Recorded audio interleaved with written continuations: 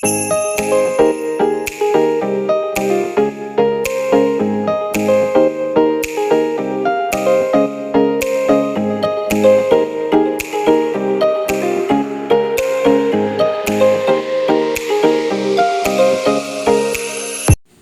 guys, welcome back sa ating video. Sa araw na to gusto ko sana pumunta ng dagat para mag-relax na lang, no. Gusto ko talaga guys. Kaso nga lang nasa city ako guys, no. At dahil nagutom ako guys, bumili ako ng taho na may martayolet. May 5 pesos pa naman ako kaya sumakay ako ng eroplano. Gusto ko kasi pumunta ng SRP guys. Sabi nila maganda daw doon.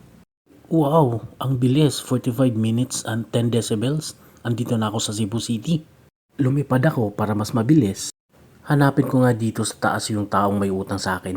Pero wow, ang ganda ng view. Oh my goodness, ang gwapo ko pala, sabi nung librong nabasa ko. Grabe naman, ito yung bumungad sa akin pagdating ko dito. Sana nga lang dito ko makikita ang future ng anak ko. Siyempre dapat mayaman. Naengganyo tuloy ako mag-jogging kaya napagdesisyonan ko magja-jogging na lang ako habang nagsiselfie dito. Pero alam nyo ba guys na may hiwaga na nangyari dito? Wow. Habang naglalakad ako sa lugar na to, bigla-bigla na lang na nag-change yung outfit ko. Tsaka andito na yung mama ko. Oh my goodness. Pwede pala dito si Ruel Divina guys, no? Pwede siya maghanap dito ng kanyang jujuwain. Pwede kayong mag-relax dito guys hanggang sa gusto ninyo. Hanggang sa tumanda na kayo, pwede kayo dito. Pero wag na magkamali sa buhay, baka ma-slide kayo. Pwede din pala kayong maghabol-habulan dito guys, no? Kasama yung Twin Towers sa likod. Uy, dami palang restaurant dito guys. Pera na lang yung kulang. Pero sabi nga nila, money can't buy happiness. Kaya loneliness na lang binili ko. Pero di pa rin ako happiness eh. Kaya kinausap ko na lang ang dog na dog. Sana habulin mo yung babae na dumaan. Sige na please. Uy, ang dami palang choco butternut dito. Uy, in wheels pa. Pagkatapos nyo mag-exercise, pwede naman kayo pumunta dito para kumain ulit. Para makapag-exercise naman kayo ulit.